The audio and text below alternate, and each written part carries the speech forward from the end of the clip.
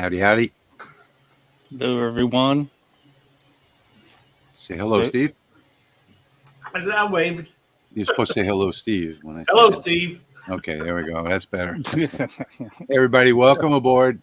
Tonight, Patrick is going to be doing the intro for us. Yep.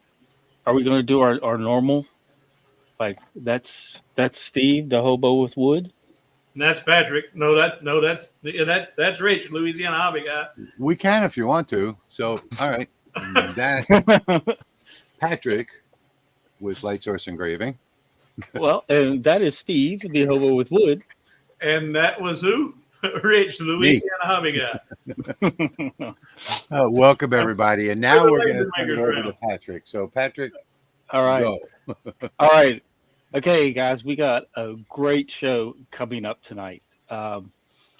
This show will be the show by which every other show is measured. It is going to be a beacon of light with your laser engraving. So get your glasses on and get prepared.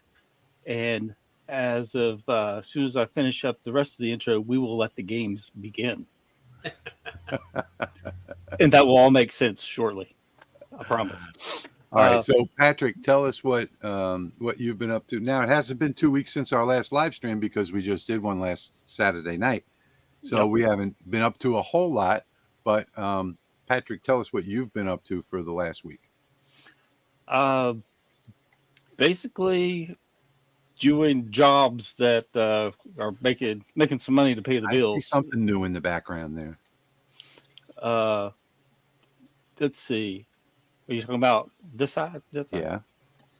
Well, I've been working on making hats. I see that too. So I made this one and got heat pressed. And yeah, give us a close up on that one because that one is just unbelievably nice. There we go. So there's that one heat pressed on there. And well, that can segue into I'm actually going to be doing a collaboration with Josh from Lone Star Adhesives and hopefully making some how-to videos for him. So we're going to be working together. So look for those videos coming to my channel soon. But he makes a heat-sensitive adhesive that you use on the back of patches, whether it's leatherette or Gemini duets or whatever. But keep an eye out for that. But that's the main things that I've been up to. And Jim, wait till we get through the intros and then we'll get to the questions.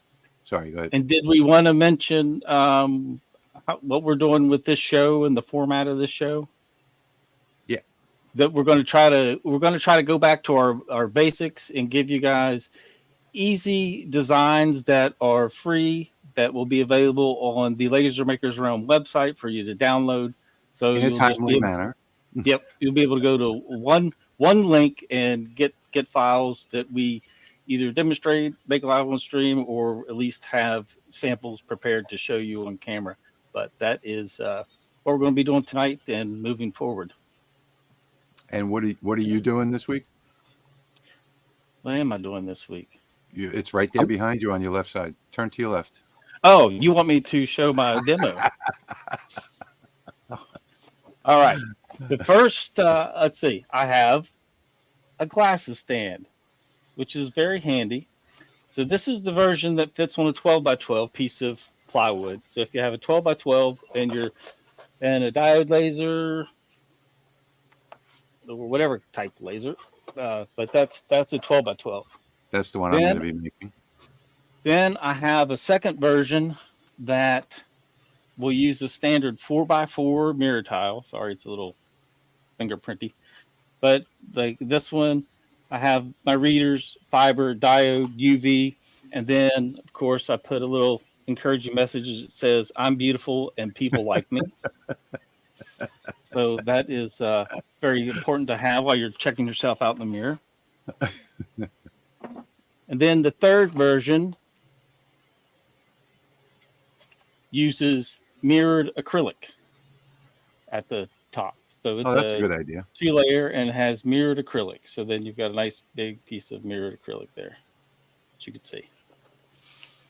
So I filled them all with glasses and just to show that they are useful. So That's where my opening statement. That's And where the I will personally be making one of those, or actually, how many? 3 or 4 of those for my shop, because I'm constantly losing glasses. So I'm going to put 2 in that room, maybe, and 2 in this room. And then when I can't find any of them in any of the stands, that's when I'll stop and I'll go hunt and find all my glasses and put them all back. Yep, I'll be making another demo one tonight, and I will use it as well. So I'll have those 4 standing around here. All right, so let's jump over to Steve. Steve, what have you been doing this week? Well, finally got some real progress made on the website, and so anybody who has an account on hobowithwood.com and you've not been able to get logged in and you weren't getting your emails, and there was about 20% of the people who couldn't. Well, got that straightened out. The emails should be going out to 98% of the people now. It's never going to be perfect because of all the different firewalls and it was the virus stuff that's out there, all the blockings, but 98% of you now should be able to log in. If you don't remember your password or you want to reset it, you can get there and hit that reset button, and you should receive an email to reset your information, get into your account. And the sole purpose of doing that to begin with was for everybody that has been getting files from me could then go in and leave a review about those files and just tell the world how great I am. But in addition to focusing on the website this week, a lot of you guys are patrons, and I appreciate your support. I've got my channel, the Patreon page, and this channel, and the website. I try to do a couple of files for the patrons a week and something for the website, at least 1 or 2 a week. And with 3-4 different venues, you can't come up with 8 different things in a week. So I try to incorporate them, and they feed off of each other. And so, what are you doing for us here this week? Well, that's what I was going to say. And so for tonight's giveaways, you guys are getting 2 files from me. One is a basic tic-tac-toe board. It's going to be just cut out of 2 layers of 300 by 300 Baltic birch, or I'm using the Baltic birch, and then this is what's going to be a flat pack that I'm going to do 3 of these for the giveaway tonight. These are held together right now with tabs, so they don't fall out. They should be able to ship nice and easy, but you just pop those out and they'll have all your singular pieces. There'll be another single O in there because you got to have, I think, 10 pieces total, 5 X's, 5 O's to work. But I've got, this is the giveaway that everybody's going to be able to download. And it's got, in addition to the X's and O's, it's got turkeys, ghost, and bats for Halloween and Thanksgiving. And then used Christmas ornaments for X's and O's for Christmas. Because I'm thinking, okay, you're getting ready to have a house full of kids, rugrats running around that's going to be underfoot. This would be something nice to sit out on the table, distract them for about 5 or 10 minutes and keep them busy.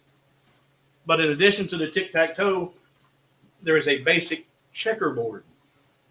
And I've got checkers included with that download file that you can cut out, and they're double-sided. So you'll have to flip them to engrave the opposite side. But that way, your first version's blank, and then when you flip it, instead of a crown, it's got a hobo on it, because that's the king. Once you get across the board, you crown me. Well, you flip it over. Because a king can go what? King can move in every direction. King can go everywhere. What else can go where he wants? A hobo. Hobo can go where he wants. So those are the 2 files that I've got working on for tonight's. And what I'm going to do, Patrick and I think Rich are going to do probably demonstrations on the laser. I've actually got the laser running now, cutting out another flat pack. Instead of me showing you the laser, I'm going to take about 5 minutes and show you real quick how to use the array tool to set up that tic-tac-toe board in 5 minutes. I'm going to go through it really quick, and probably half of you are going to go, wait, what? You'll just have to back up and watch it because I'm going to go through it fast. Well, don't forget that we'll have the replay on the channel too. Yep. All right. So moving on. this week, like Patrick was saying, I've decided to go back to the way we formed this channel, something that's quick and easy that you can download for free and that's functional. And this is what I have always had a problem with, and I discovered a problem with this week. So I like to use wood rulers. I don't know about you guys, but one of the problems that I have with it is, number one, there's nothing on the other side. So like, for instance, if I'm using the fiber laser as an example over there, if I went to, let's say it was put in there sideways, well, what would happen is I'd have to go around the other side and put the ruler up over there in order to get the numbers. So I thought to myself, I need to redesign it. The second problem that I had with this is that these are almost all made in China, and the cuts at the beginning and the end are never perfect. This one is off by 1.5 millimeters. So what I decided to do was I decided to make my own. And these are the prototypes.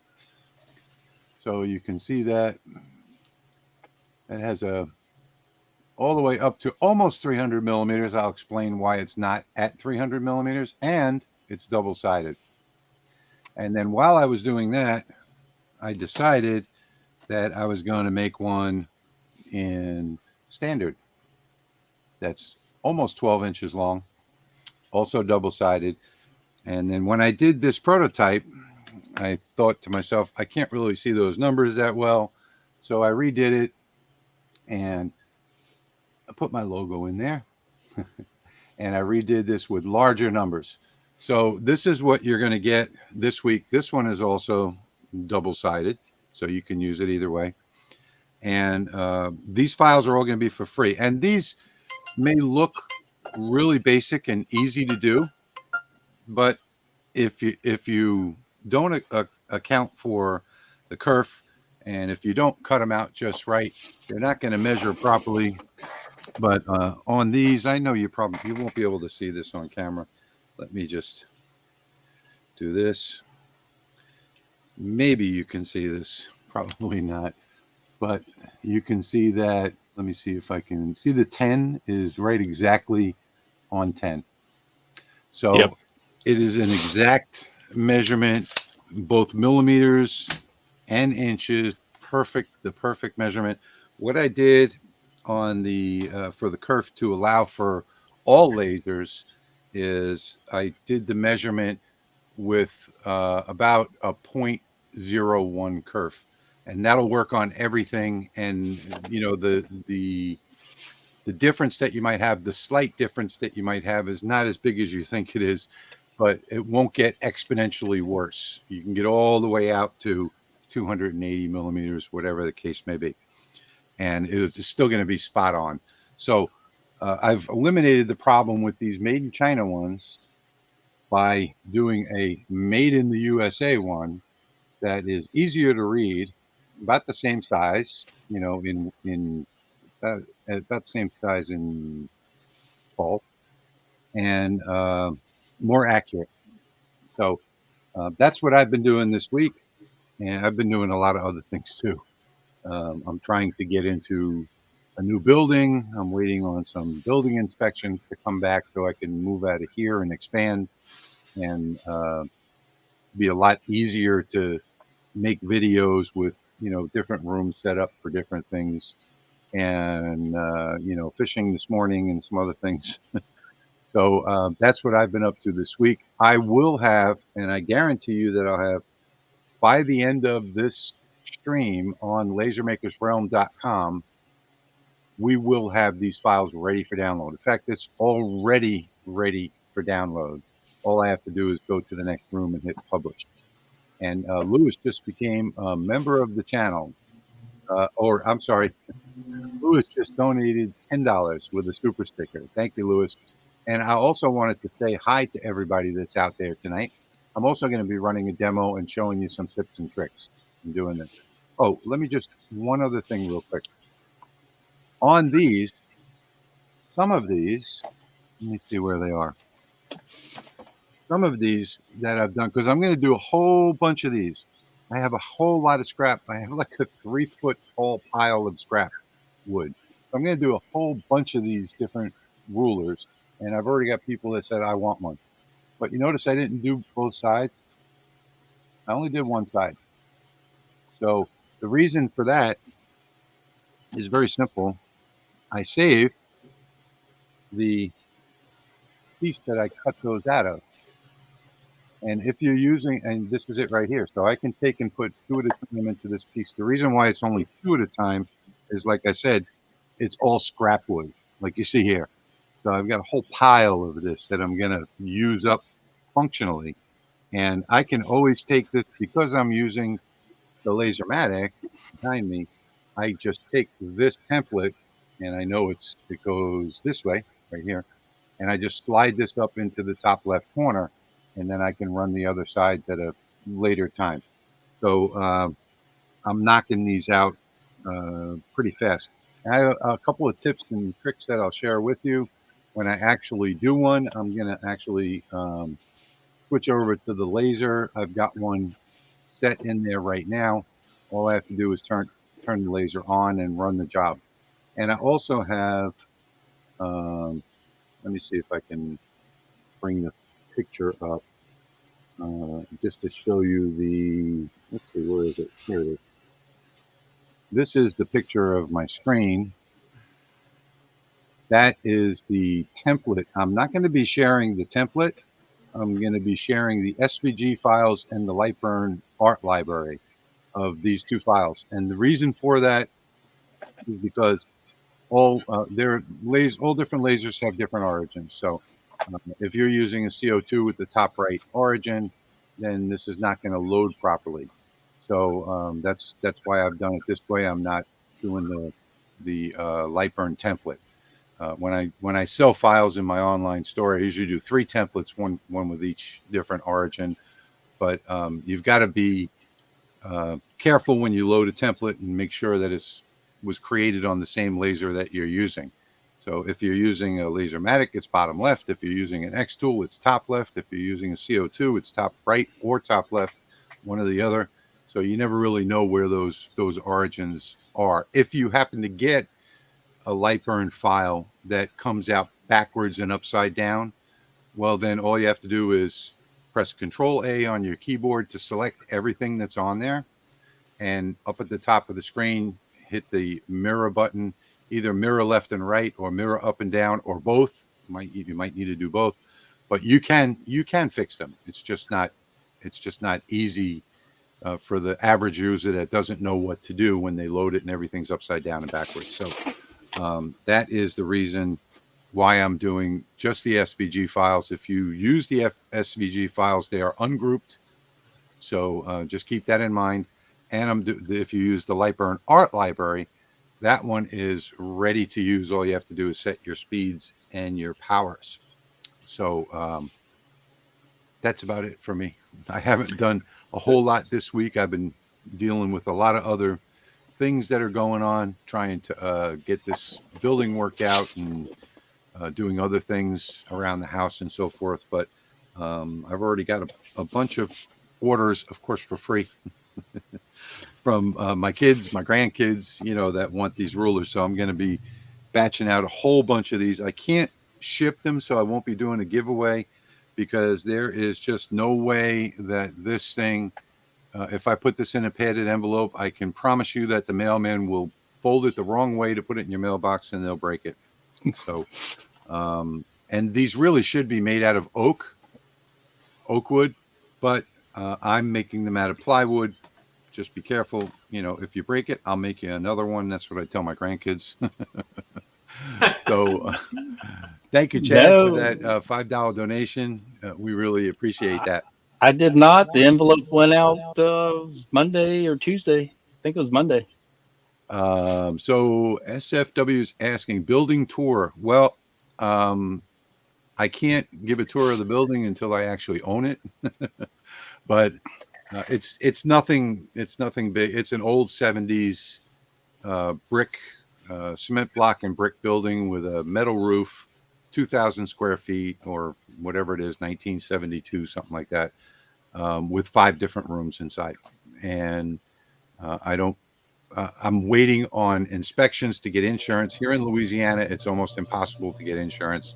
That's what I'm waiting on right now. The inspections took place on Wednesday, and I still haven't gotten an answer yet as to whether they've whether the insurance company is going to sell me insurance. So that's what I'm waiting on. But before we jump into any comments, I just want to give a thank you to Chuck Wheeler, who sent us a donation before the show today. So he did that thank through you, Chuck. Via other means. He sent us a Zelle donation. Yep. And he sends one before every live stream, and we greatly appreciate it, Chuck. Thank you so much. Thank you, Chuck. Appreciate that. And for those who don't want to hit the little $ down below the live video, you can always go to lasermakersrealm.com. If you click on any of the replay videos there, underneath the video, you'll see several different ways, that you can make a donation from there. Links to different places. So I think, what is it, Steve? They could do Zelle, they could do PayPal, they could do, what's the other one? I think there was CashApp, I think. CashApp. Yeah, that's it. Okay, so I am going to go ahead and turn this laser on behind me and run my first job. And this will give you guys, you can set your stopwatch. It'll give you guys an idea of how long it takes to do one of these. And then I'll show you some tips and tricks when it's done. Patrick, if you want, you can go to comments. All right. Do you have any questions? Guys, have any questions? Be sure to post them with question marks in front of the question. So it'll jump out at us and we'll be able to address those promptly. Oh, there was one thing that I'd like to share while I'm getting started here. So let me show you real quick. Share my screen.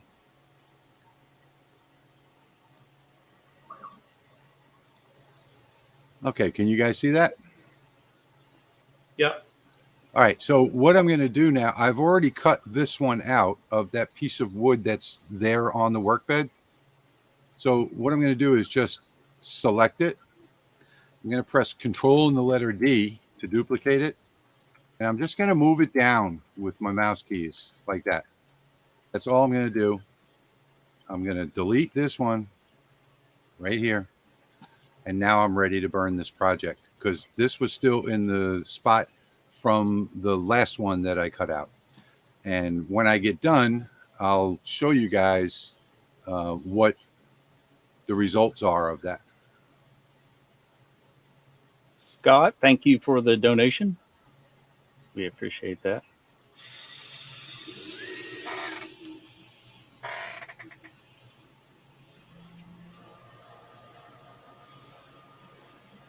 Rich, Brian asked if your building came with a mirror ball. If what? If your building came with a mirror ball. Oh yeah, do some dancing in there. 70s dancing. Steve, do you want to share? Okay, you want to go through a couple of comments real quick? Yeah, I was waiting.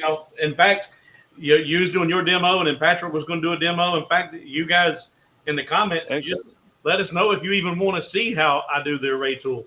If there's not enough interest, we won't even mess with it. I think everybody would be interested in seeing that. Yeah, I think it would benefit. Let's do this comment and then go. Then you can jump into your array tool. Can a coffee cup with a handle be done on the Lasermatic 10? With a handle? Well, it can be if the graphic is small enough, but you need a chuck rotary to do that.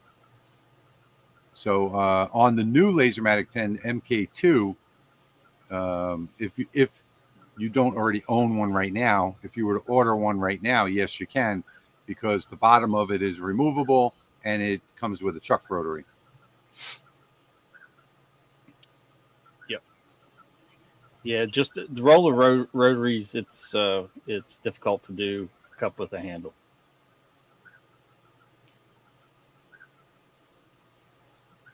I just want to pop up Jim's comment here because he's been waiting to ask about this. So he's saying that he has 2 LaserMaster 3s by Ortur in the same room, and he wants to know why one unit engraves at 6,100 and the second one needs to engrave at 4,100, and it is the same exact machine. But there are a couple of reasons for that, and one of them could be the age of the diode, number one. One of them is going to be newer than the other, so the diodes do degrade over time. And the other reason could be that the assembly of the diode. So you're not going to get Ortur. I'm pretty sure Laser, if I'm not mistaken, is the manufacturer of their diodes, and more than likely it's going to be one of them is degrading, and the other one is newer. It could also be your lens is dirty, or your lens may have a little tiny scratch on it, or just a little tiny defect that you can't see with the naked eye. And that one little tiny defect could cause it to lose a bunch of power.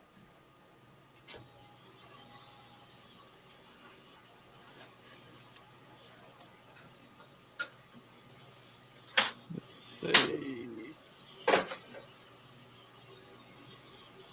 You ready, Steve? Actually, I got to get another piece loaded up. If you got any more questions or comments? Yep. I'm cutting out 3 boards to do for giveaways. Chad asks, what is your guys' best-selling Christmas items? Usually ornaments. Yeah, ornaments are always a great go-to. Now, one thing I wanted to mention while we have silence here is I am running 2 cut passes on this instead of 1, and that's only to keep down the charring.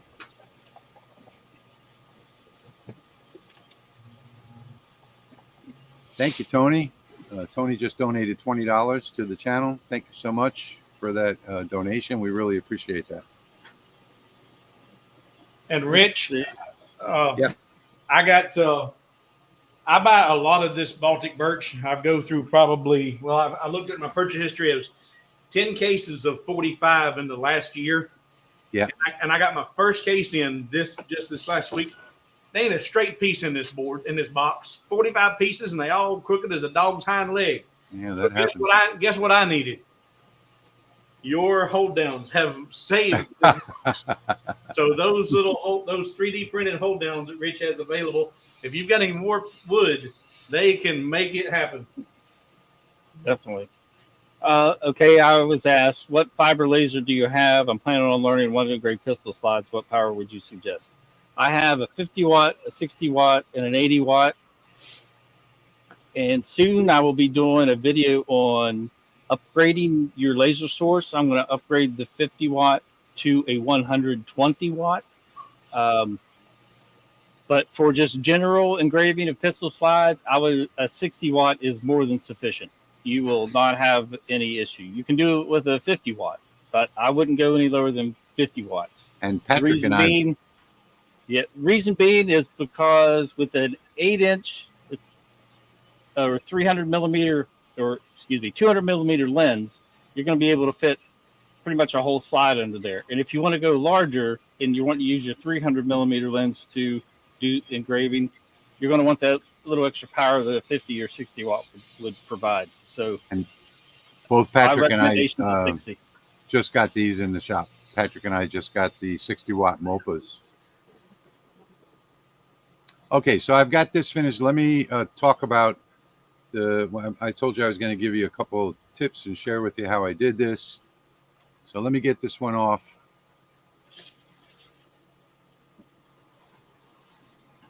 Now, if you notice over here, I've got a magnet holding this down in place so it doesn't move.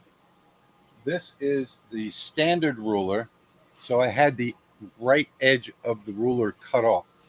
All I'm going to do is gently lift it out of that frame, and there is the final version of it right there. And you can see that one end, see the white wasn't completely cut out. but I'm leaving that in there. And all I have to do at this point, and one thing is important, don't ever touch any of this with your finger, because you're going to smear the soot on there. You always have to take your little paintbrush and brush it off before you touch it. But what I'm going to do now is I'm just going to put this back in to the same slot that I just cut it out of. It's hard to do with this camera in the way.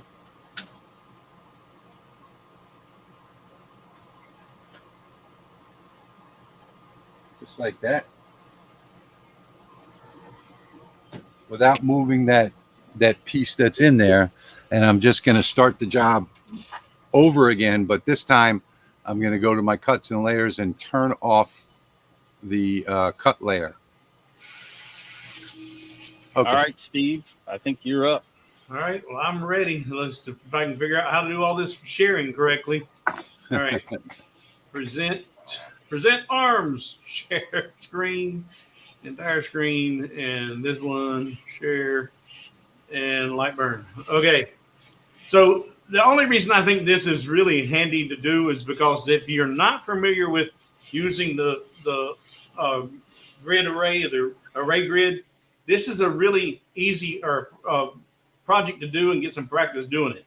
So the first thing I think about when I'm doing this, I want to maximize my wood. I want the biggest possible playboard. I'm using 300 by 300 material. So I'm going to draw out a square, and I'm going to tell it to go to 300 by 300 millimeters with my aspect ratio locked. And I'm going to put that on toolpath. And that's in the way. There we go. Toolpath. And show toolpath. I got all this turned off while I'm engraving. Show. There. All right. So there's a 300 by 300 toolpath. Now I'm going to go to my offset, and I'm going to offset it 10 millimeters once. And I'm going to select the resulting objects, and I'm going to do it again.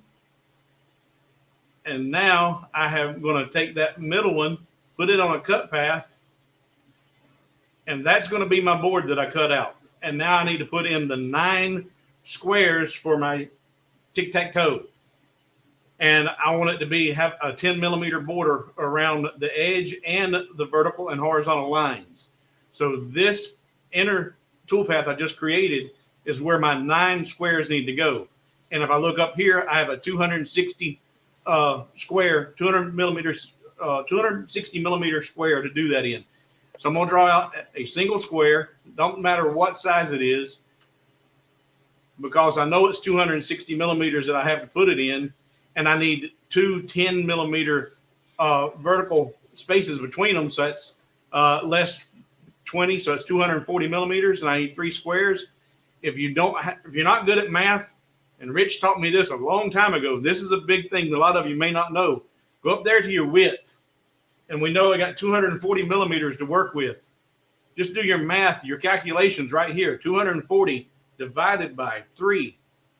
There's an 80 millimeter square. That's going to be the perfect size. So with that, 240/3 for those don't know what the divided by symbol is. Sorry, go ahead. So with that in position, now I'm going to align it to the left and to the top. And now that square is exactly where I need to be. Now I need to do a total of 9 of those. So now we're going to use the array tool. Select that, come over and get your array tool. Now, if you have used your array, or then when you open your array tool, whatever settings you used last are what's going to be already saved in there from your last use. If you've never used the array tool, I have no idea what the default was.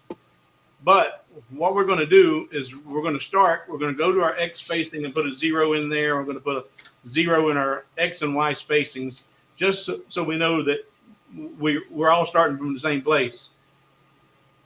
I've got 1 square here, and if you look up here in your measurements, the height and width is grayed out, but it tells you if you forget, oh yeah, that's an 80 millimeter square. But also right here, this is the one we've got selected. It shows you your measurements right here in your array tool as well. That's 80 millimeters. And you're going to need to know that in a few minutes.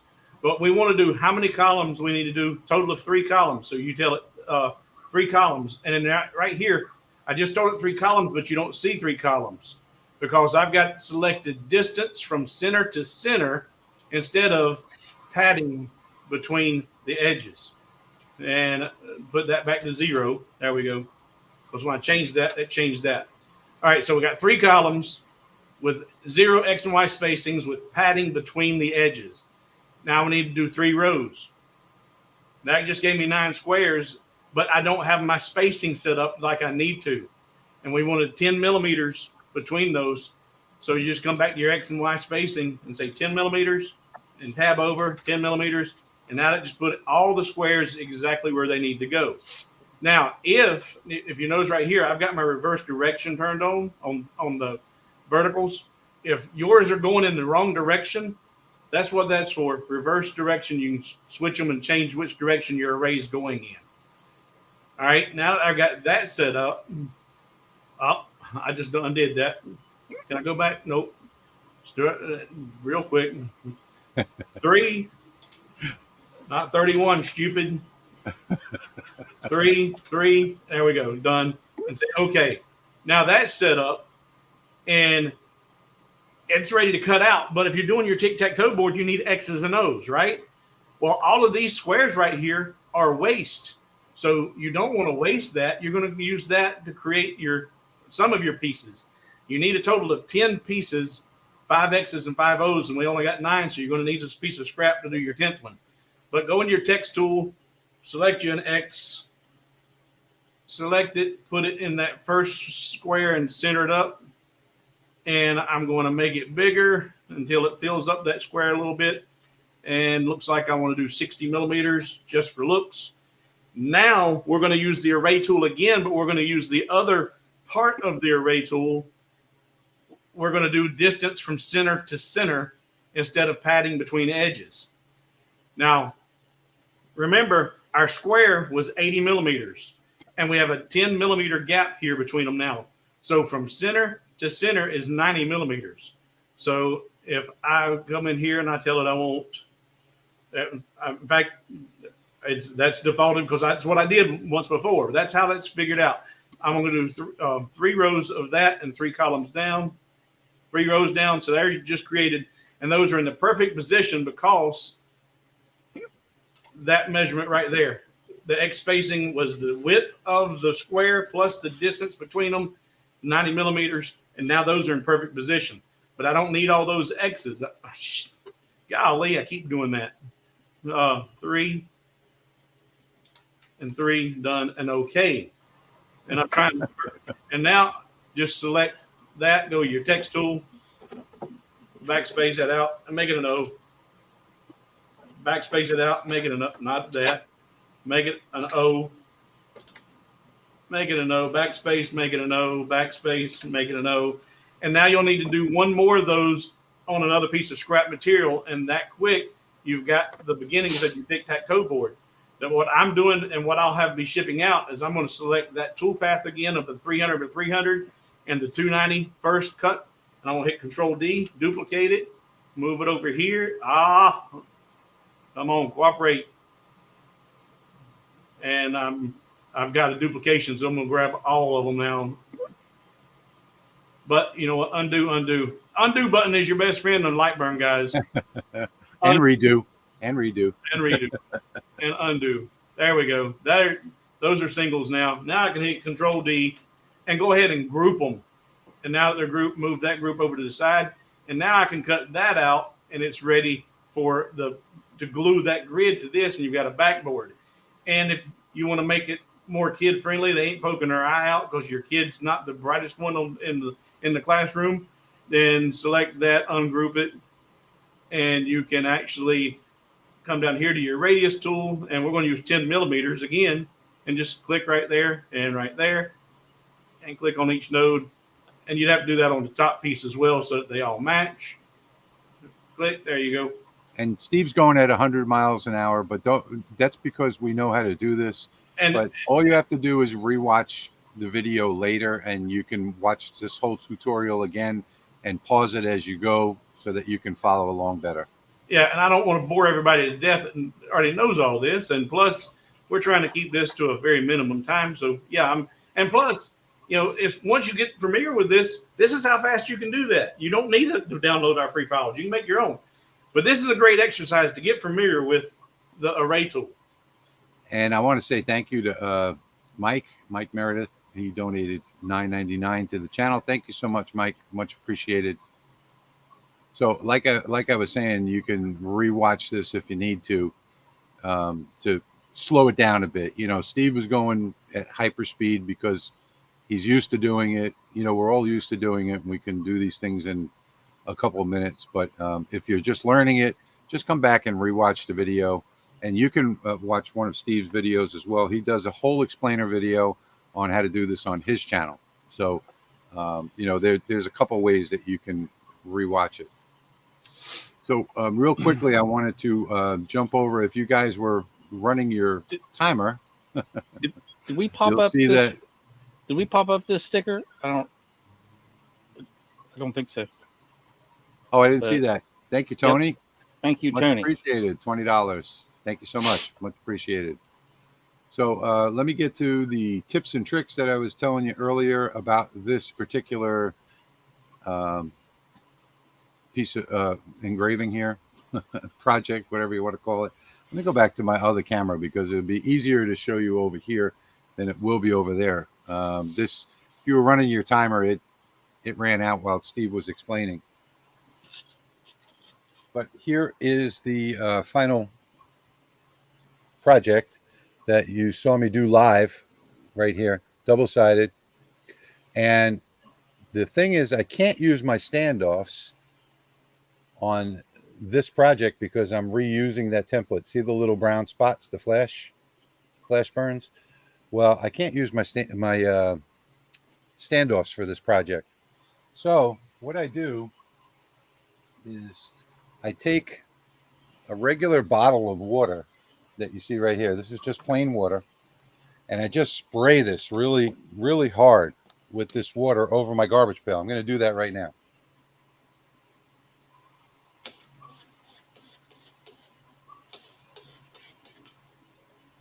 And Chris Gallagher, I guess it's Gallagher, he pointed out something that was really informative. He said he was taught that X always goes first in tic-tac-toe, so you only need 9 pieces. So that'll save you the waste, guys. Okay, so now that I've done this, now it's wet. And as long as you dry it quickly, and first thing you want to do is pat dry it. So you don't want to smear anything. So just pat dry it. And you're going to get all of the debris, all of the dust, and all of the soot is going to come off. And it will be clean as a whistle when you do that. Let me show you the other side. All I've done is spray it with water. So now that I've patted it down, now I can come back and hold it along the edge like this and slide it up like that. Get another spot, slide it down like that. Do it with a third spot on this side, a fourth clean spot over here, and then that one there. And if this had another side, one over there. And now you've got a nice clean product. So that is a trick that a lot of people don't know. They think that they're going to get their sandpaper out. And that's the worst thing that you can do with an engraving, because if you're using this kind of plywood, you're going to get pink spot. It's going to sand off the finish. It's a very, very small veneer. I don't know if you can see that or not. Very small veneer. Yeah, very thin. On these plywoods. Now you can go back with a clean part of your rag and you can wipe off anything that might be left over. You do want to get it completely dry so it doesn't warp on you. And whatever is left over there, you can wipe off. There's a couple little spots that are left here. And it does wipe off. Flash burns are not something that stays. So they do wipe off. So there you can see all the flash burns are gone. See that? Or just about gone. If I wipe it a little bit more, there's one there, and one there, you know, but that's just a trick, a little trick to keep you from ruining your project after you've cut it out. So there's your tricks. Leaving, if you need to do something double-sided, just put a magnet on the wood so it doesn't move. Make sure that you're doing it in exactly the same spot. It doesn't have to be like this Lasermatic where, where it's on up in the top left corner. You could do this with any laser. It doesn't matter what laser it is, as long as you're using the exact same spot and you flip your piece over. And that's what Steve was talking about. I think who was talking about? Somebody was talking about doing something the checkers. The checkers, that's right. Checkers, yeah. Yep. So, when you do those checkers, you're going to have to do the same thing. You're going to have that wood in exactly the same spot. I cut out the two pieces for the glasses stand, but this piece that was cut out is perfect to put your ruler right beside it. So you can cut out a glasses stand and a couple rulers at the same time. Because here's what you're left with. And then the other piece that mates with, here's how they mate. They just slide together. And then, and there you go. There's your glasses stand. And you have two different stands in your project file, don't you? Yeah, there are two. The one that has the 4x4 mirror is included in that file. I know, but one of them has a 10 millimeter slot. The other one has a 5 millimeter slot. Oh, yeah. So what you'll notice, this slot is 3 millimeters, and this slot is 3 millimeters. Now, on the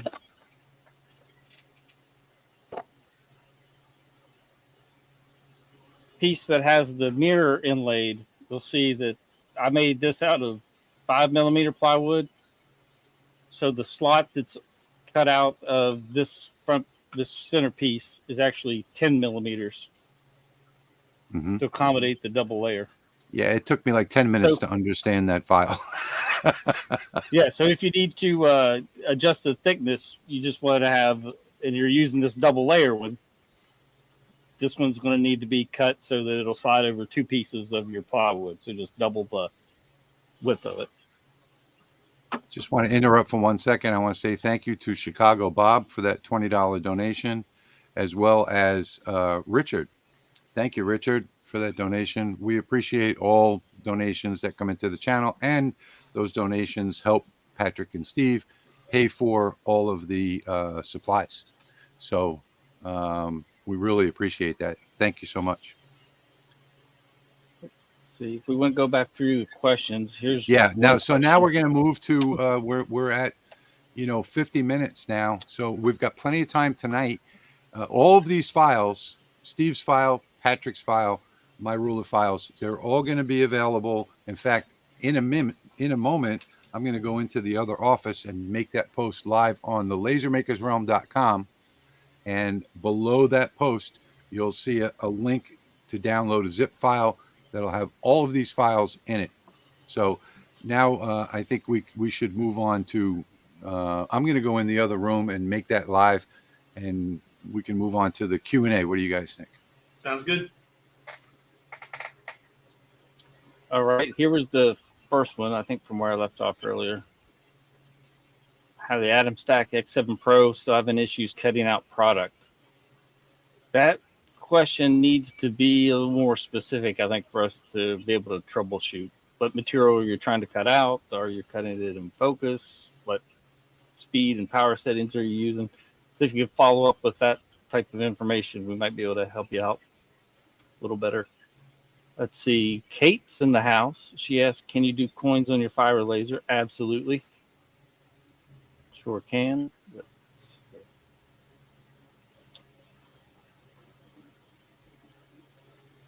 Jim was asking about, should I get another laser module or maybe save money and put it to a totally new unit? I think that's regarding his Laser Master 2s.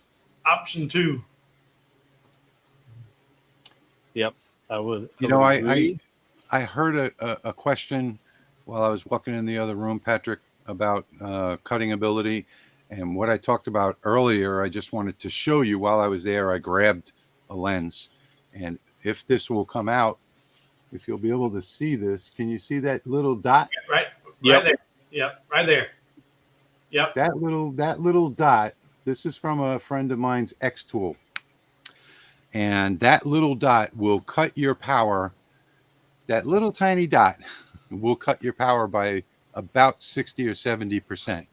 I know And all that about little dot happens from not cleaning your lens.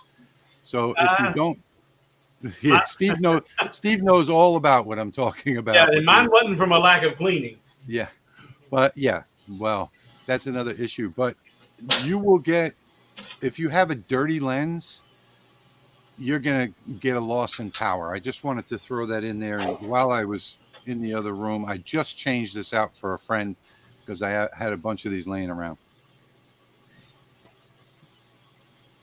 What are you And showing then there? the dirt will react with the laser, and then it'll end up burning the spot in the lens Yes. like you have there, and Exactly. then it's trash. Yeah, if the laser can't go through a clean lens, then it'll heat up that dirt and it'll cause that circular halo in there. Once you have that halo, you can forget it. You got to replace the lens.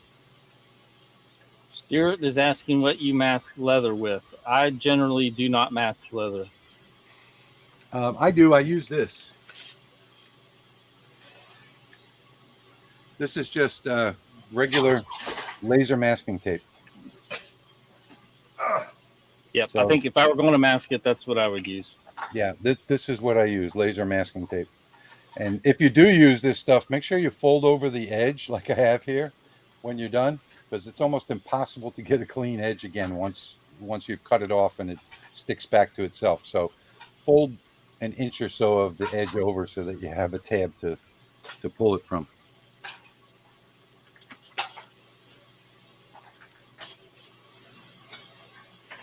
See, here's a question regarding plywood.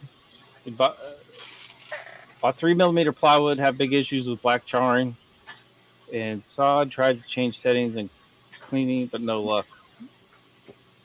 Well, Give me charring just advice means that you're running too slow. Charring means that you're running too slow. It could also mean that your laser is out of focus. There's several things, but typically you're going to get charring if you're running too slow. So all you have to do is, double your speed, double your passes. If that doesn't work, triple your speed, triple your passes. And I read that question differently. I read it, interpreted it. It's like he did it with one particular material and he had no problems. He's got perfect results on his old, but he bought new 3mm plywood and he's having big issues. Could be the glue. That should tell you if it works with one material, great, but not the other. The problem's the material, right? Yeah, could be the glue. Yep. Yeah, I did my very first. I did my first. Where is it? I burnt my first grass tonight. I've never messed with bamboo, but I did. It's in the paint room. I did my first bamboo, and talking about messy. Oh my God. Yeah. My Lasermatic has never been as messy as it is tonight because I did one bamboo cutting board. Mm-hmm. I think if you're going to burn grass, you shouldn't do it in a laser. You should be burning grass somewhere else. Bamboo also has to be done low and slow. Yeah, it does. And that made a mess. Are you using borax on the wood? No, not me. No. Never. No. Nope. You do your material test, find out what color you want from the material test, and do it that way. You want to try and keep as little chemicals out of the machine as possible. And I know borax is very popular, but it also creates fumes that can ruin your lens, like we just talked about. So any chemical that you're going to emit, PVC, even leather, stuff like that is going to wreak havoc on your lens. So if you do that, make sure you clean your lens every day. This laser, all of my lasers don't go one day without being clean. At the end of the day, the last thing I do is clean the lens on whatever laser I use that day. Sometimes you have to stop in the middle of the day and clean your lens. See, Scott asked, why is millimeter used? It's an Because easier number to do the math. It's easier simple. to do math with. Much Yeah. simpler math. Yep. Something that's 300 millimeters, the exact center is, 150. Exactly 12 inches. Yeah, the exact center is 6 inches, but usually any wood that you get from Amazon is coming from overseas, and it's going to be 300 millimeters, not 12 inches. Close to 12 inches, but not exactly. Yeah, everything Yep. I've bought is always 300 by 300. Yeah. And typically dividing fractions, which seems to be how most I can only do that in LightBurn. measurements are written. Those are it's hard to do in your head. Yeah, well, you got to do 1/4. You got to do 0.25/2 to get it. That's the way I would have to do it because I can't do that. What's in my head. half of 1 7/8? Half math, of 1 7/8? I don't know. Yeah. Ask me in millimeters, and I'll be able to tell you. Exactly. That's exactly right. Let's see. Chicago Bob asked a question. Can you use the fiber laser to clean old coins without damaging the coin? Yes. Proper settings, you could absolutely do that. I just watched a video on that today on YouTube. Interesting question. It's funny that question came out. I just watched a video on that today. But doesn't that devalue the coin? No, it restores it. If you have the right settings, if you know what you're doing, then it has to be done. The video I watched, they did in 2 different passes. One pass was the outside, the lowest part of the coin, and the second pass was the head and the numbers and stuff like that. So I'm not quite sure how they processed that, but they did it in 2 passes, and it came out like brand new. With the right settings and running higher speed, high frequency, you can basically just do a laser polish type finish on it. Yeah. Let's see. Richard asked, lens cleaning procedure. That's, a lot of people have different opinions on that. I'll tell you mine. The other guys can tell you theirs. There are only 2 things that you can use to clean a lens, and that's either 99% IPA, isopropyl alcohol. It's got to be 99%, or Purity lens cleaner, one or the other. There you go. And that's what Steve is showing right there, Purity. So and believe me, you can't use Carl Zeiss lens cleaner either. I mean, I understand that people are using it on $5,000 camera lenses, but what they don't understand is that the Carl Zeiss lens cleaner has 94% IPA in it. So if you want to be safe, get 99% IPA, which is a lot more expensive. It's like $10 for a bottle as compared to $2 for a bottle of 94. But the thing is that you can't have any abrasives. Don't use Q-tips. Don't use paper. Don't use lens cleaning paper. Use a microfiber cloth, 99% IPA or Purity lens cleaner, and spray it onto your cloth. Bunch it up for a diode laser now. Stick it into the hole. Press down on it and turn the module back and forth. Don't turn the cloth. Push it in the hole. Turn your module back and forth. And if you're on a CO2, well, you're going to take that lens out and, do it between the microfiber cloth. That's how I do it. Patrick, how do you do it? That's the procedure I typically follow for the diode and for the CO2. Take the lens out. Yeah. And CO2 lens, I'll typically wipe in one direction and wipe across. That way it's always wiping. Yeah, and don't on the CO2 lens, you're going to have the lens itself in your hand like this one here. So don't take and rub it, like that in a circle. So put the microfiber cloth in your hand, only handle it by the edges, wrap it around with the microfiber cloth, and all I do is I move up and down. When you move one finger up, the other one goes down. And that's all I do. And then I grab it by the edge, inspect it, hold it up to the light, see if there's any residue left on it, maybe do it again. On the CO2, for some reason, it seems like I have to do it 2 or 3 times before I get it clean. And, even the diode, I wind up doing it a couple of times. Here's an interesting question. Wallpaper is not laser safe, question mark. It is laser safe. I mean, unless you're, depending on the wallpaper, if it's, self-adhesive and it has glue. Yeah. Look, nothing is laser safe. That's just a fact. If you could smell it, it's bad for you. That's just the way it is. And then also, do I remember correctly that some of the wallpaper has some PVC or plastic to it? Some of it might have. Yeah, some of it might have PVC in it, and if it does, it'll emit chlorine gas. Yeah, you probably have to check the material safety data sheet for. Absolutely, for anything that you use, really. Yeah, especially for the wallpaper that you're using, just to make sure it's free of any PVC. Oh, as a side note, I did take the fan out of my Lasermatic, as you can see right here, and it looks like the fan is still in there because the grate is still on there, but it's not. This is the fan that it came with, and I have that good air extraction. A good enclosure is important. I took this fan out because I have a much more powerful fan that exhausts to the outside, and the more powerful fan is only going to pull air with this obstruction pretty much the same as this would do on its own. So I take this out so that there's no obstruction, nothing in the way, and it pulls the most amount of CFMs to exhaust to the outside. So I always suggest to everybody, no matter what laser that you're using, whether it's a CO2, whether it's the Lasermatic, the ones that come with the built-in fans, take them out, throw them away, use them for something else.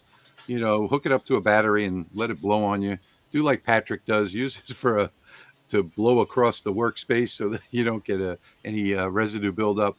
Do something else with it other than exhaust the fumes from your laser. And all China CO2 lasers, you can take them out and pretty much throw them away because they're all garbage.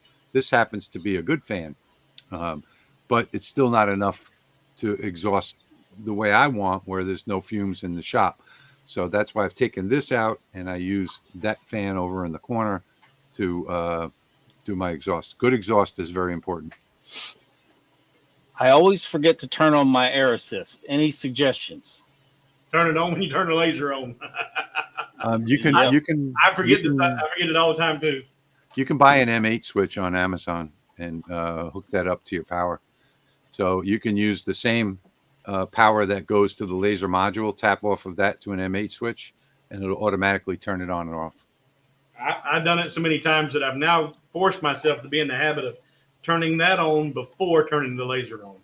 Well, now the new Lasermatics, now you won't have to worry about that. If you buy a Lasermatic now into the future, it's automatic. It turns on and off with the laser module. Very, very handy.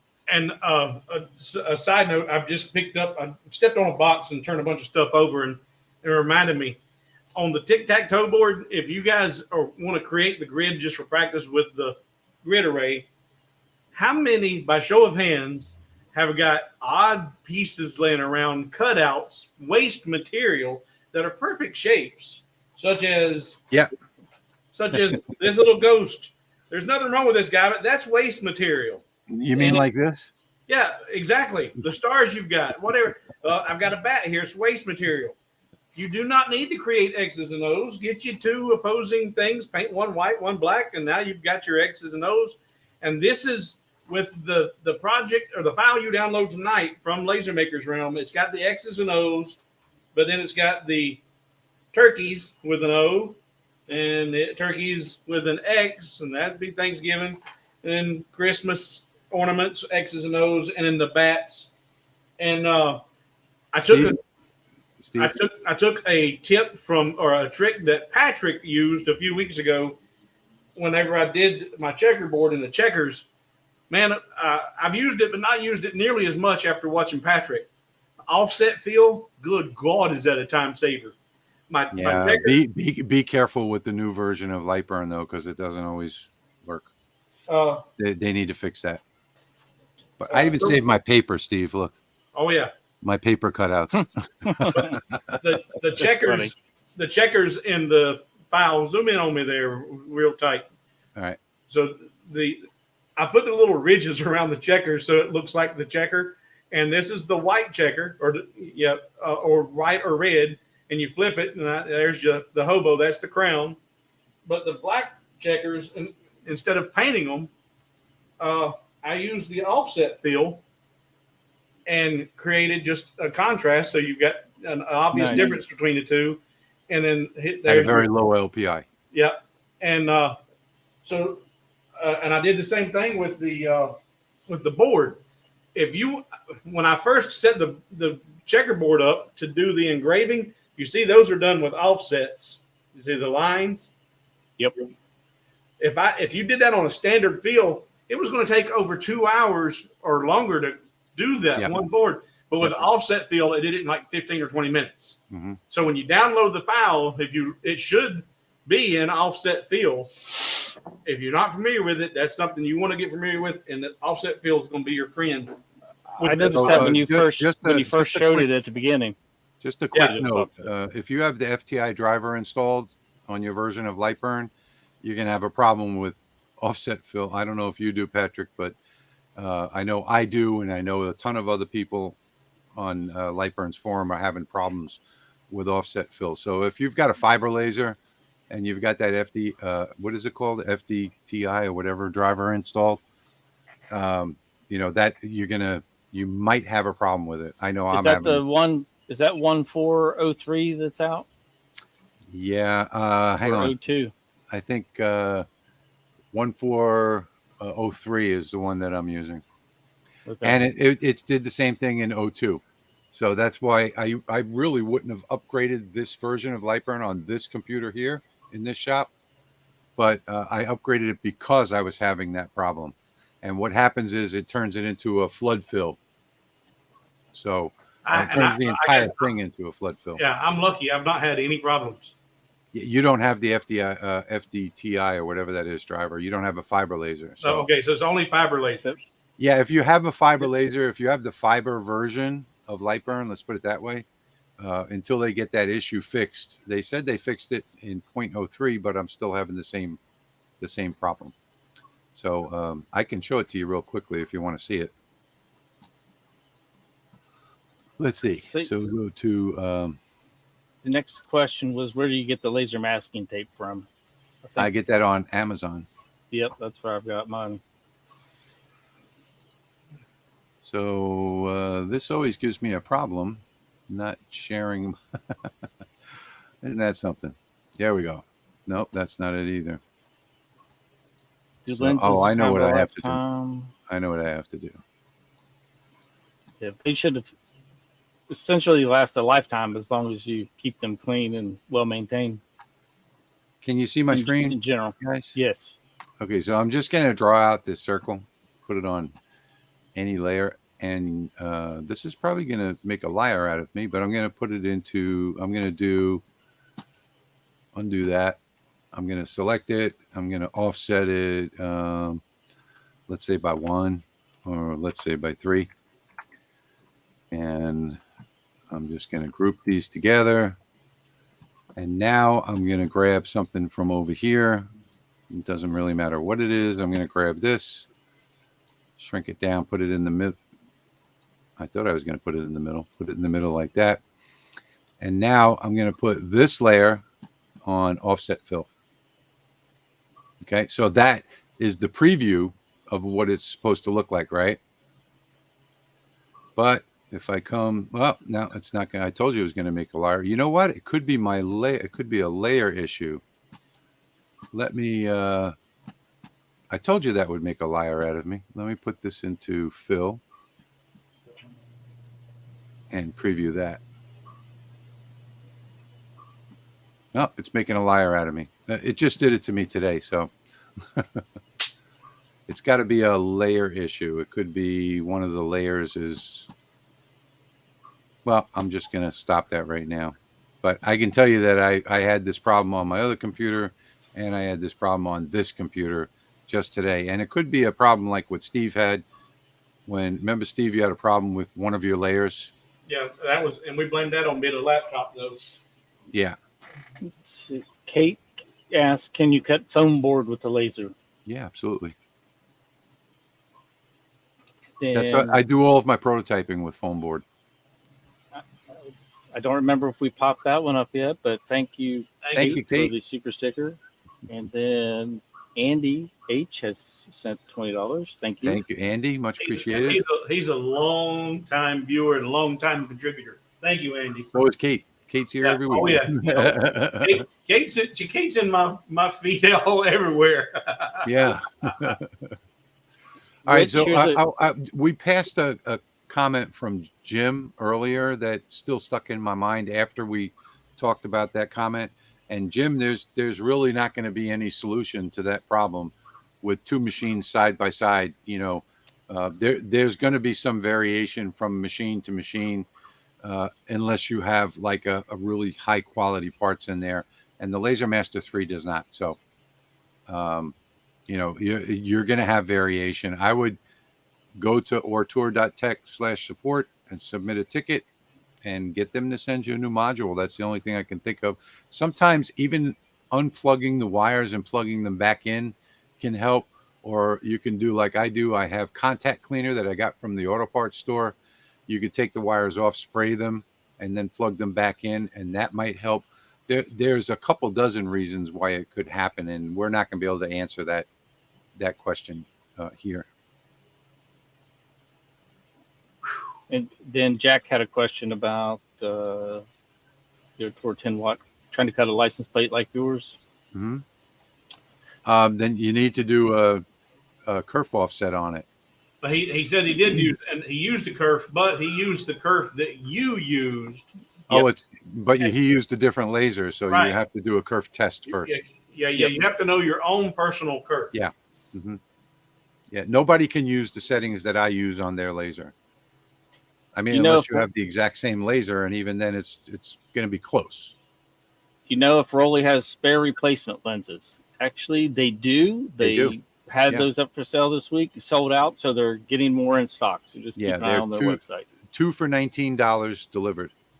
They have spare lenses. They sold out because people wanted to have spares. Yeah, not that everybody was needing spares. Do you use gloves when cleaning lenses? You can use use the white glove method. I don't, because I only handle the lens by the edges. This one I don't care, because this one's ruined. But if you just handle it by the edges, you'll never have a problem with it. If you prefer, if you're using a CO2, I would suggest that you use cotton gloves, because that way you could, when you take the nozzle off, you take the collar out and you dump it right into your hand instead of the microfiber cloth. But you don't have to use gloves. All right. Next comment. Your computers look so far from your lasers. How do you control your laser? For me, I use USB extensions, USB 2.0 extensions for the fibers. The 3 will work on the diode lasers. Yeah, I do the same thing. I use a USB extension. Yeah. But you got to remember that you have to keep that extension under, I think it's 25 feet. So if you go further than 25 feet, then you have to have an active USB cable in order to communicate with the laser, or else it'll stop in the middle of the job, do all kinds of weird stuff. Yep. Anything over 10 feet, I'd use an active cable. Yeah. Can we get more info on that M8 switch, and where do you connect it on the LaserMatic 10? Well, the M8 switch you can buy on Amazon, and I forget exactly what it's called, but I looked it up like a year ago when I got my Neje, and they had an aftermarket M8 switch that you had to actually wire yourself. So I did look it up. You can buy them on Amazon. It's just a low power a low voltage power on off switch.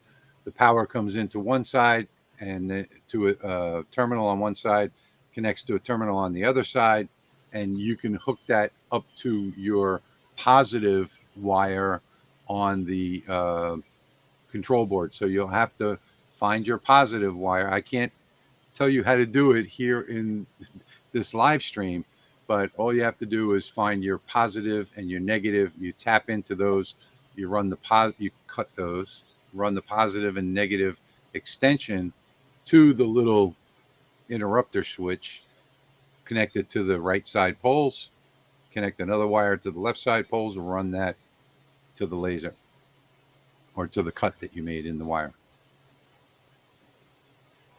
All right, and Drone Ranger sent us $9.99. Thank you for that. Sir. And a question is attached. It's not clear as to whether or not there's a difference when using the Norton method white tile, as if glazed or unglazed tiles will make a difference as to its finish durability. The finish and durability, I think, is going to be what you finish the tile with. After the method. Yeah. After you're done. Yeah. Yep. Mm-hmm. And that triple thick glaze is perfect for that. Yes, it is. That's the best finish I've ever come across. How do you connect fonts that are not all connected welded? I have the weld text option selected. You have to do each letter individually to weld text. And I ran into this the other day, and maybe he's having a similar problem. I had to convert my text to a path, then weld it. It wouldn't just weld the letters. When I selected the font and then tried to weld it together, it wouldn't do it.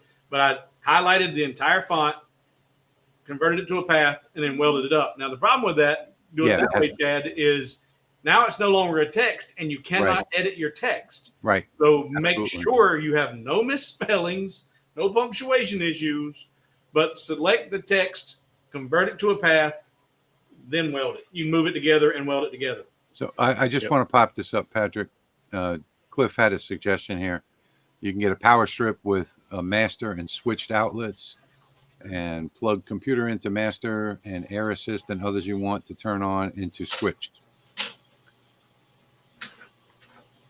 I'd still forget to flip the switch. Part of the time. Let's see. To cut black acrylic, can it be placed directly on the honeycomb? Lois is asking. Yes, sure can. All right, so 2 boards down. I got 1 more to cut, and I'll have 3 tic-tac-toe boards to give away. Let me pop this up real quick. Just pre-ordered the Lasermatic MK2. Do you recommend removing the exhaust fan? That's the MK2 that's behind me, the 20-watt MK2. Yes, I suggest removing the exhaust fan on any factory laser.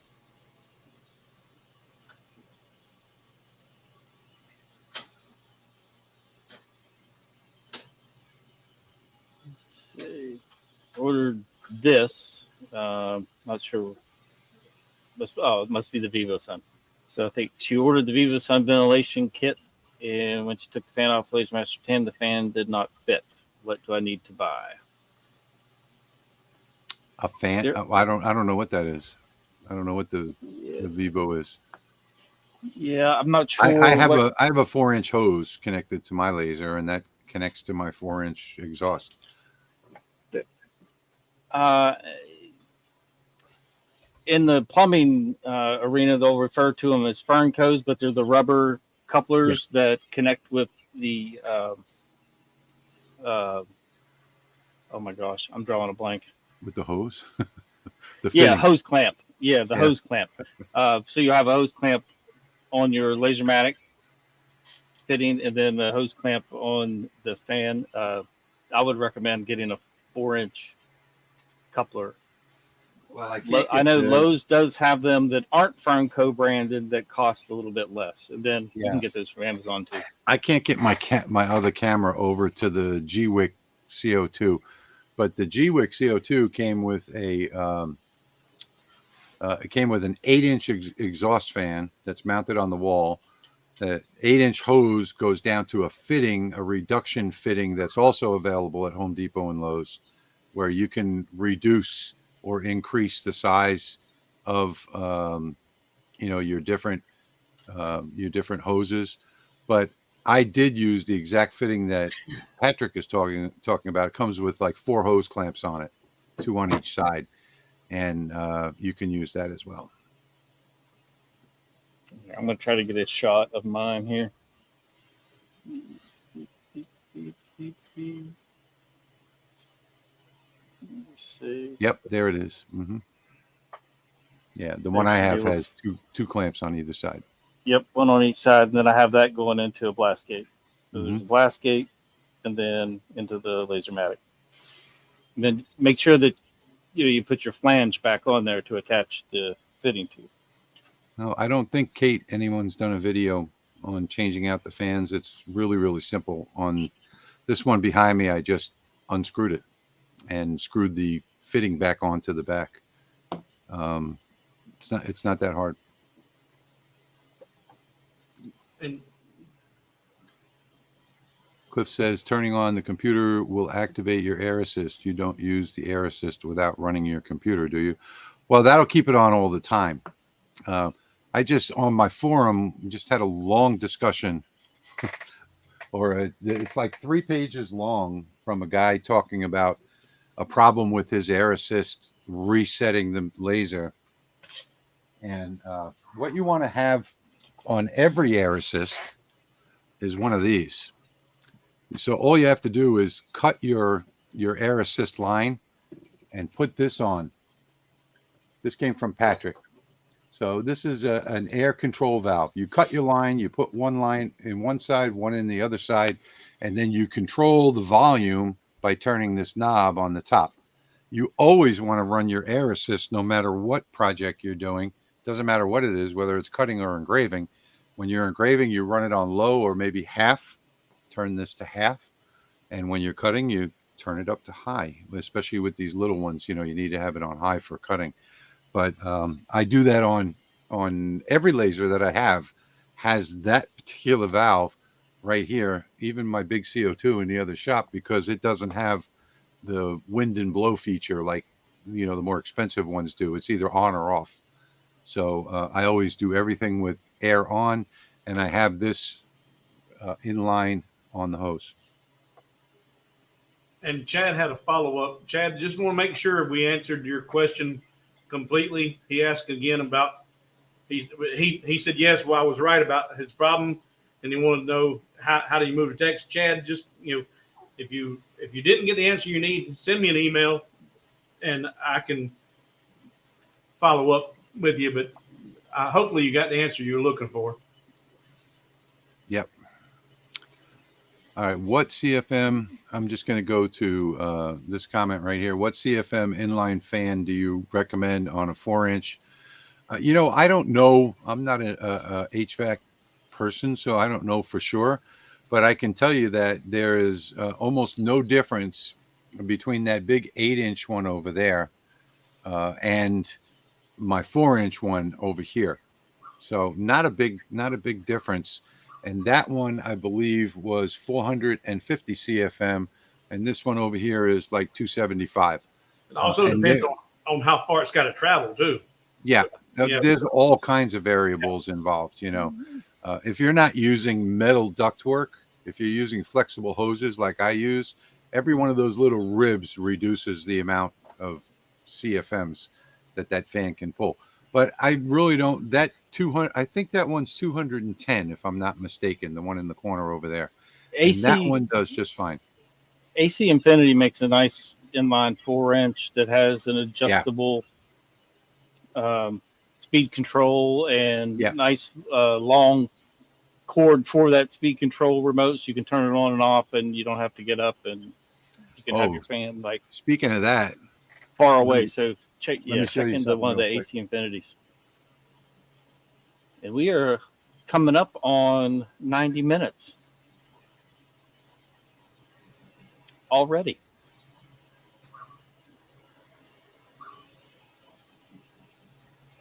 So your last piece, how much longer does it have, Steve? It's a few minutes, but we can it doesn't have to be finished to do the giveaway. Real quick before we get to that. Before we get to the giveaway, let me show you what the G-Wick comes with. Let's see. Comes with this. So this is a remote control, and I can just turned on the 8-inch exhaust fan, and it tells me the temperature of the water that's in the laser. So and turn off. That just turned off the fan. I love this little thing. This sits on top of the laser, but you know, most people, I guess, mount it to the wall. That's I very need handy. to set up that drawing. I forgot all about it. So let me go do that real quick. And guys, these in order to keep the shipping costs down, I'm not going to put a finish on these or glue them together. It'll be just 2 pieces of the 3mm Baltic birch that and the X's and O's are still attached. Where is he here? Go. I don't know how you do that. There we go.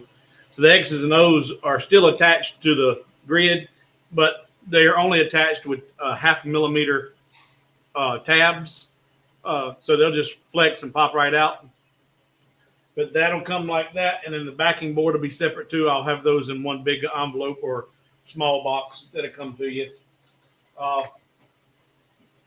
We're talking about the giveaway right now. So if you want to win that, he said no big giveaways, no lasers. That was last week. oh no, that's Say where's the suit? happen Where's the suit? Where's occasionally. the big giveaways? So if you want to take a shot at winning one of Steve's game boards, all you have to do is type the number 50 in the comments. Nope, not I want it. I fooled you on purpose. You have to type the number 50, not I want it. So we've got Number 50. and a 50. These are probably everywhere, but we've got a place in our area. It's called Bin 5, and I think what they get is all the Amazon returns, and you go in on one day it's $7 or anything, the next day it's $6, and the next day it's $5. Yeah. Well, Jack in the shop's here in the same town, and he says a friend found a rotary set for $5 at the Bin 5. Thank you, Nancy, for that $20 donation. Appreciate that. And there is what you have to type right there on the screen. 50. A lot of people are already typing it. Just type the number 50. I don't think that's going to work, Chris. You have to just type the number 50. You type anything else, it's not going to work. Hey, Gio made a comment for me to take a picture of the Lasermatic 10 control board, and he would try to figure out which pin would control the M8 command. I think it's marked. So, then that's even easier. Yeah. And it's going to be the control boards now are the old green style. They've changed the control board. They're now black. So if you took a picture of it, it wouldn't apply. Well, it would apply to the green one. If that's really something, I'll ask Leo. We're all going to have dinner with Leo in Peoria. So we'll ask him and find out what. And, hey, I've got an idea. I don't know how he's going to feel about it, but how do you pronounce his last name? Q. Q. Yeah. And do we know another famous Q? You're not thinking about it right now, but the one inventor, Q, who came up with all these great gadgets for our number one. Who is it, Patrick? James Bond. Exactly. Q on James Bond. So I'm going to stop calling him Leo. He's now Q because he's come out with the best invention yet ever as far as lasers goes. So he warrants the nickname Q. All right, Daniel. Very funny. That's hard to argue with.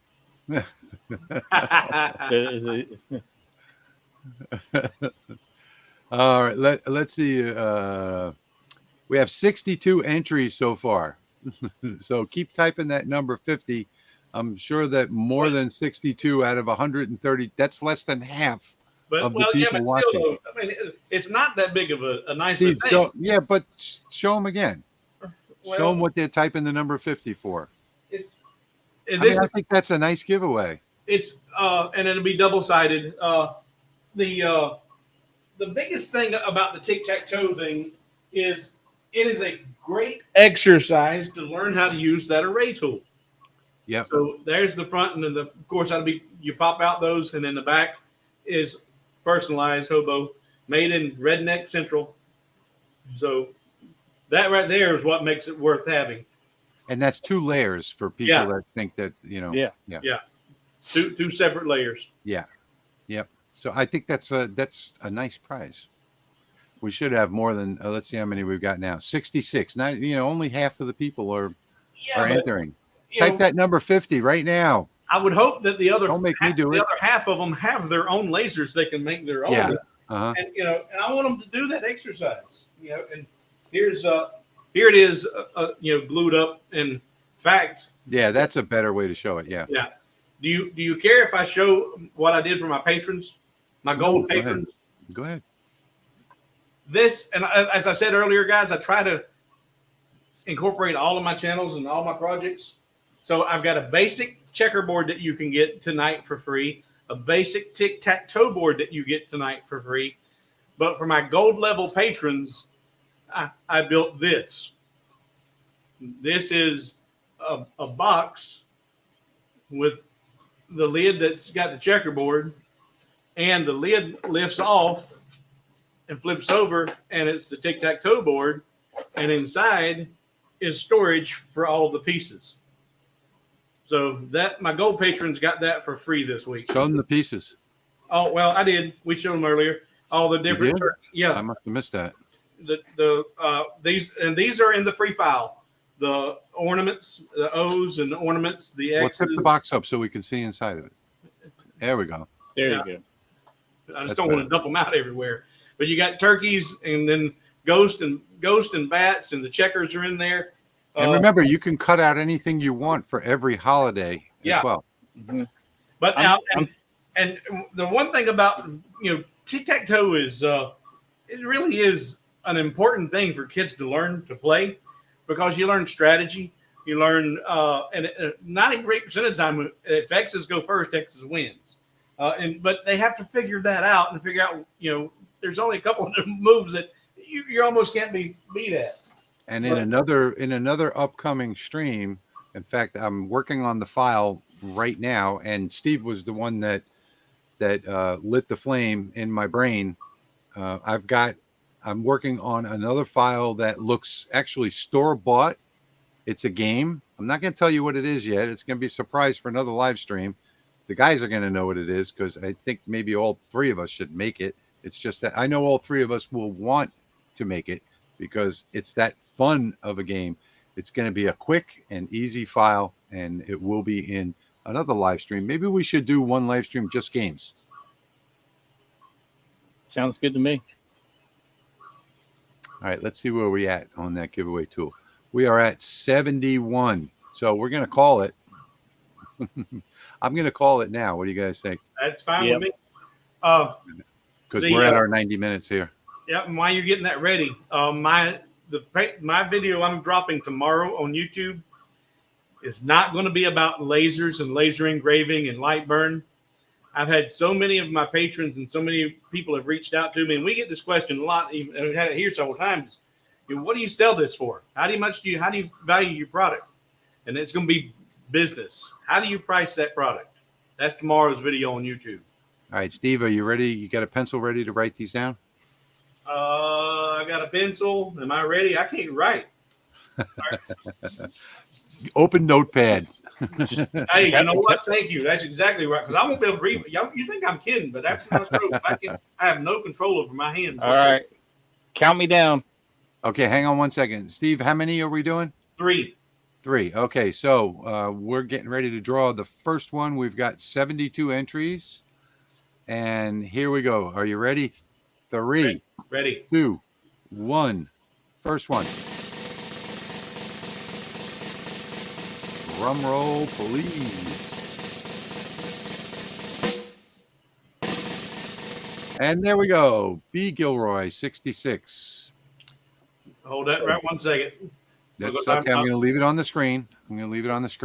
So now what you need to do is send an email to Hobo with wood at Gmail. I'm sorry. Hobo with wood at gmail.com, and put down there that you won the game. And I'll put that in the comments. Yeah, obviously your shipping address. And obviously make sure that you put your shipping address. Let me know when you're ready, Steve. Ready. Okay, here we go. 3, 2, 1, go.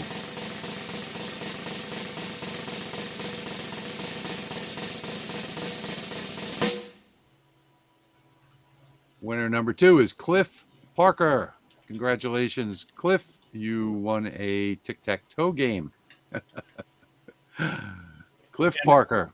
Send an email to hobowithwood@gmail.com. Easy enough to remember.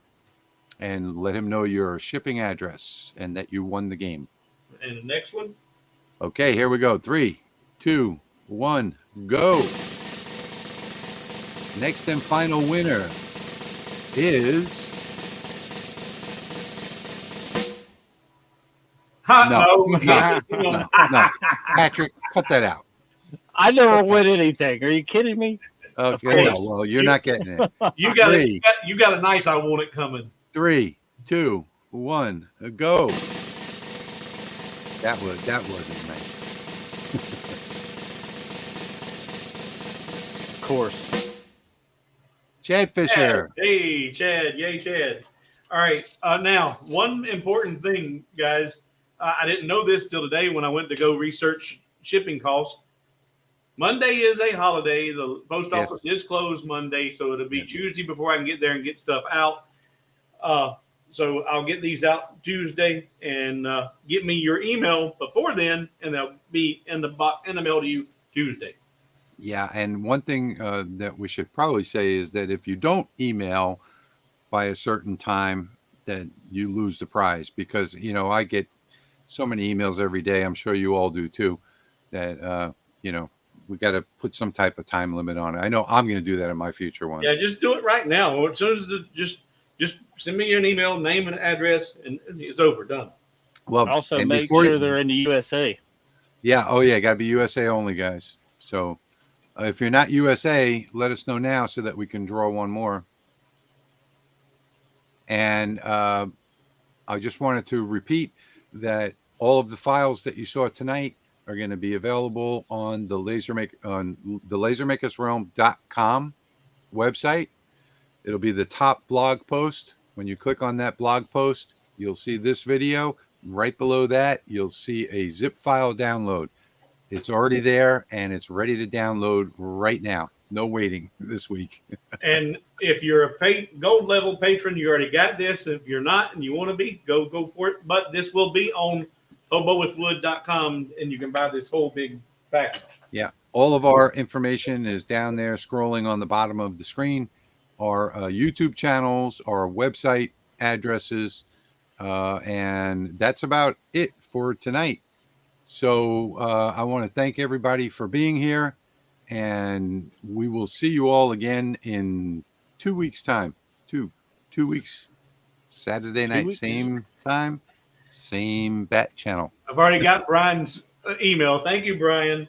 And he's down there in Louisiana. You just get you to make it, and you can deliver to it. Thanks for watching, everybody. We appreciate it. Thank you so much for watching, and we'll see you in 2 weeks. Have a great night. Have a good rest of the weekend.